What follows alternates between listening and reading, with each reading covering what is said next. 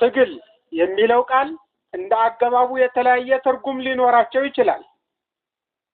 በአጠቃላይ ሲታይ ግን ራዕይን፣ ዓላማና ግብን ለመምታት፣ ለውጥ ለማምጣት ወይም ደግሞ እንቅፋትን ለማክሸፍና ድል ለማድረግ የሚደረግ ከፍተኛ ጥረት ማለት ነው። ትግል 4 ክፍሎች ሲኖሩት ከዚህ ውስጥ ትልቁን ድርሻ የሚኖረው መንፈሳዊ ትግል ነው። ይህ በሰው ልጅ ሕሊና ውስጥ የሚካሄድ ትግል ነው። በክፉና በበጎ ሀሳቦች መካከል የሚደረግ ፍልሚያ፣ መጥፎ ልምዶችን ወይም ደግሞ ሱሶችን ለማሸነፍ የሚደረግ ጥረት፣ ራስን ለመለወጥና በጥሩ ስነ ምግባር የታነጸ ሰው ወይንም ደግሞ ትልቅና የተሻለ ሰው ለመሆን የሚደረግ የውስጥ ስራና የውጭ ተጽዕኖን ደምስሶ ድል አድርጎ የመውጣት ጥረት ውጤት ነው። የሚፈታተኑን የትንሽ ሰው መለያ ባህሪያት የሆኑትን ውሸታምነት፣ ስርቆት፣ ሴረኝነት፣ ምቀኝነት፣ ኋላ ቀር አስተሳሰቦች፣ ብልሹ አሰራሮች፣ ብልሹ ስነ ምግባር ባለቤት መሆንና ከተለያዩ ወንጀሎች የመጽዳት ወይም ደግሞ በተለያዩ ወንጀሎች ያለ መጽዳት መቆሸሽ ሲሆን ልንከተላቸው የሚገቡ የስነ ምግባር እሴቶች ታማኝነት፣ ፍትሃዊነት፣ አርአያነት፣ አገልጋይነት፣ ተባባሪነት፣ አሳታፊነት፣ እኩልነት፣ ውጤታማነት፣ ተጠያቂነት፣ ተቆርቋሪነት፣ ሩህሩህነት፣ ሰው አክባሪነት እና የመሳሰሉትን በመላበስ በጥሩ ስነ ምግባር የመንፈሳዊ ትግልን በድል አድራጊነት እንወጣለን። ጉዟችን ከርኩስ መንፈስ ወደ ቅዱስ ካደረግን፣ ትግሉን ከውስጣችንና ከራሳችን ጋር ካደረግን ሌላው ቀላል ይሆናል። ስለዚህ በትግል ውስጥ ትልቁን ድርሻ የሚይዘው መንፈሳዊ ትግል ነው። ከመንፈሳችን ጋር እንታረቅ። ሁለተኛው የትግል አካል የአካል ብቃት ትግል ይባላል። የአካል ብቃት ትግል ይባላል። የአካል ጥንካሬ ፍተሻ ካለንበት አካላዊ ሁኔታ ወደ ተሻለ አካላዊ ሁኔታ ለመሸጋገር የምንከፍለው የአቅም ግንባታ ውጤት ነው። ወድቆ ለመነሳት፣ አባሮ ለመያዝና ሮጦ ለማምለጥ ማንኛውም አካላዊ ጫና ለመሸከም ጡንቻማ መሆን ይጠበቅብናል። ስለዚህ የአካላዊ ብቃት ትግል አንዱና ወሳኙ ሊሆን ይገባዋል ማለት ነው። ሶስተኛው የኑሮ ትግል ወይም ደግሞ የህይወት ትግል ይባላል። እያንዳንዱ ሰው በዕለት ተዕለት ህይወቱ የሚያጋጥሙትን ችግሮች ለማለፍ የሚያደርገው ጥረት ነው። የኑሮ ምንጮች 3 ሀብቶችና 3 ፍጆታዎች ናቸው። 3 ሀብቶች ስንል ስነ ህይወታዊ ሀብት፣ እጽዋት፣ እንስሳት፣ ረቂቅ ተዋሲያን።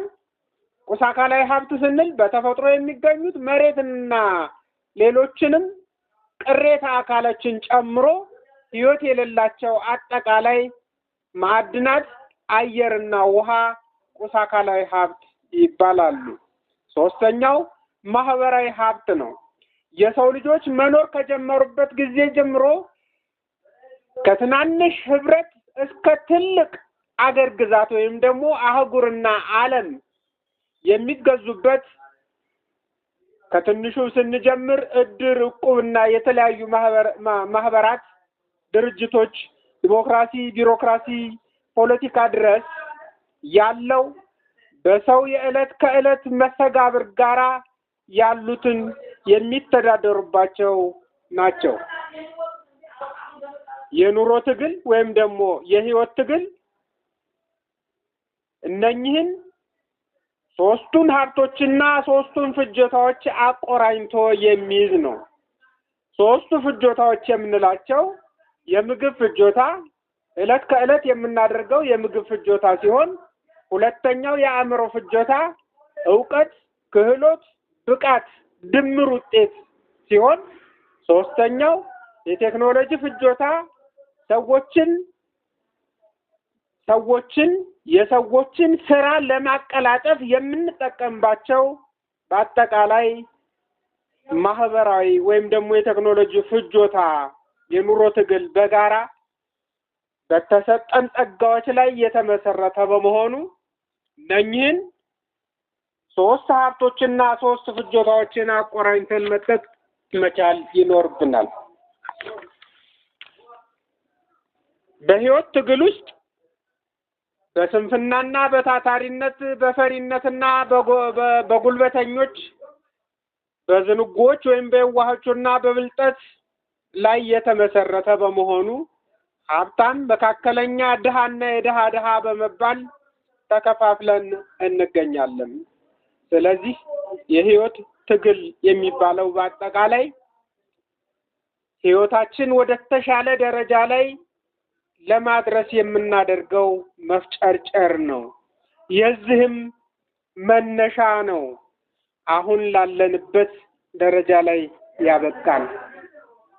የመኖር ደረጃዎች ለመኖር የሚለጠፍ አለ፣ ህፃናትና አቅመ ደካሞች። ለመኖር መኖር አለ፣ ራስ ወዳዶች፣ በጣም የወረዱ ራስ ወዳዶች።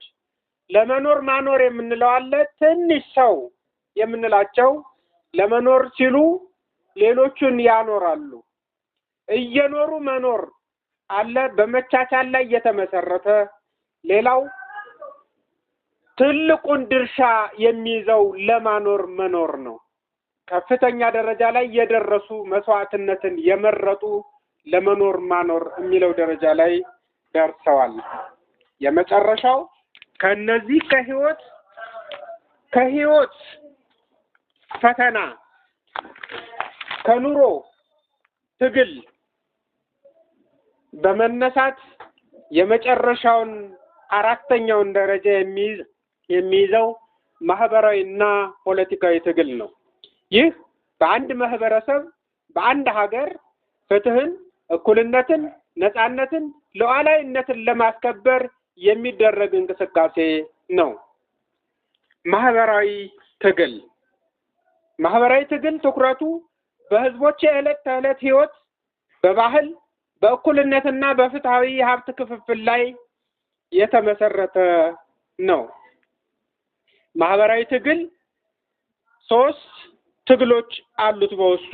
የእኩልነት ትግል በዘር፣ በሃይማኖት፣ በጾታ ወይም በብሔር ምክንያት የሚደርሰውን መድሎ ለማስቀረት የሚደረግ ትግል ነው።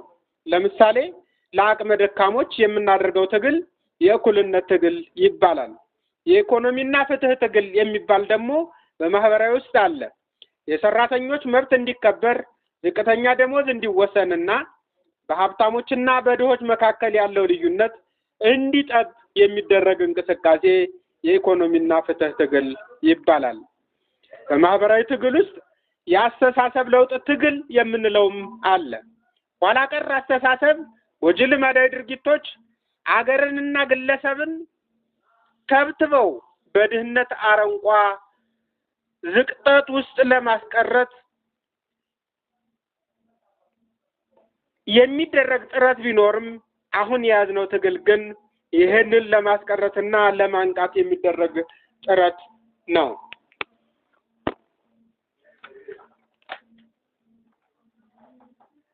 ፖለቲካዊ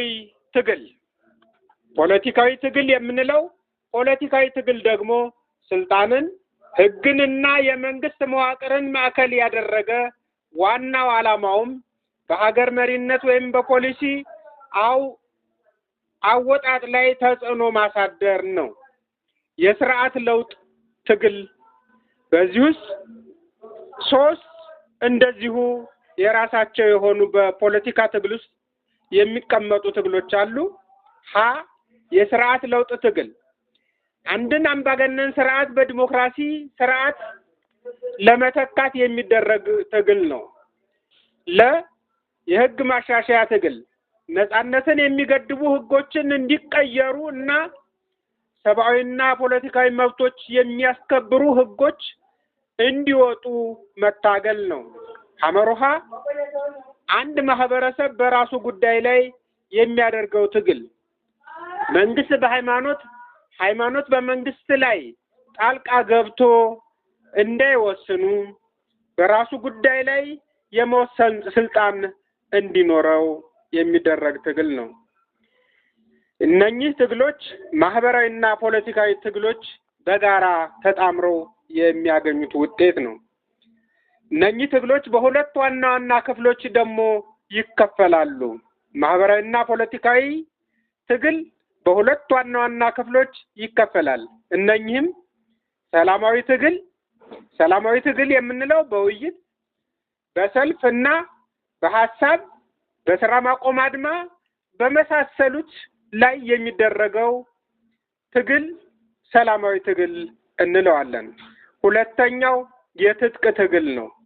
የትጥቅ ትግል በጦር መሳሪያ የሚደረግ ግጭት፣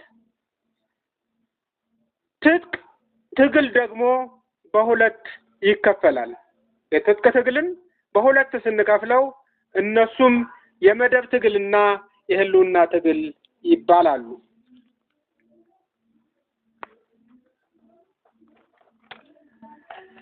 እነዚህ ሁለት ጽንሰ ሐሳቦች አንድን ትግል ለምን እንደሚጀመር፣ ማን እንደሚሳተፍበትና እስከምን ድረስ እንደሚካሄድ ይወስናሉ። አንደኛ፣ የመደብ ትግል ጉዳይ። የመደብ ትግል የሚመነጨው በሀብት ክፍፍል፣ በስልጣን ተዋረድና በማህበራዊ ደረጃ ልዩነት ነው።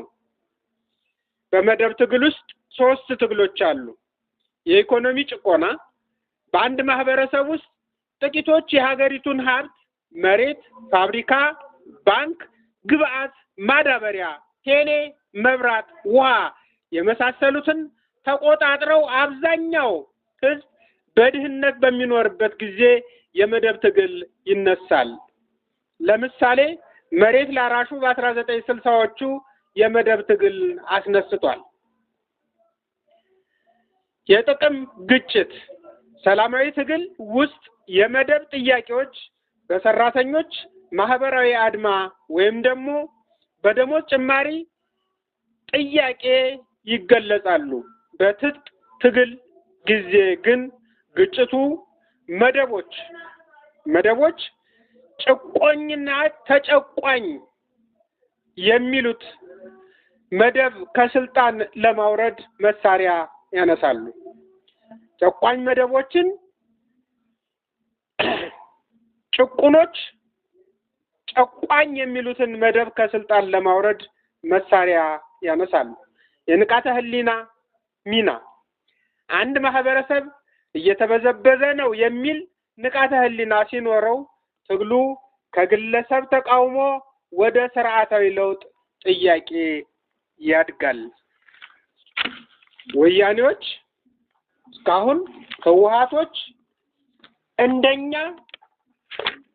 የዘር ማጥፋትና ሌላ ጉዳይ ደርሶባቸው ሳይሆን ሲያካሂዱት የቆዩት የመደብ ትግል ነው። ሁለተኛውና የመጨረሻው እኛ እያካሄድን ያለነው የህልውና ትግል ጉዳይ ነው።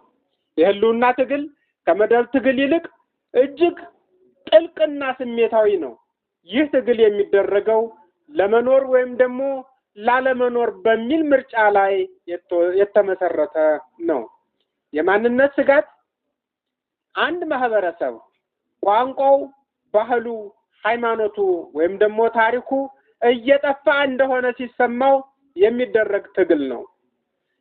እዚህ ጋር ትግሉ ስለ ዳቦ ብቻ ሳይሆን ስለ እኔነት ነው። አካላዊ ደህንነት፣ በዘር ማጥፋት፣ በዘር ማጽዳት፣ ማፈናቀል፣ በጅምላ እስር ወይም ደግሞ በከፍተኛ ጭቆና ምክንያት ህይወት አደጋ ላይ ስትወድቅ የህልውና ትግል የግድ ይሆናል። የመጨረሻ አማራጭ የህልውና ትግል ብዙ ጊዜ ወደ ትጥቅ ትግል ያዘነብላል። ምክንያቱም ሰላማዊ መንገድ በሙሉ ዝግ ሲሆኑና ካልታገልኩ እጠፋለሁ የሚል ድምዳሜ ሲደረስ መስዋዕትነቱ ወደርን የማይገኝለት ይሆናል ማለት ነው። ወደርም አይኖረውም።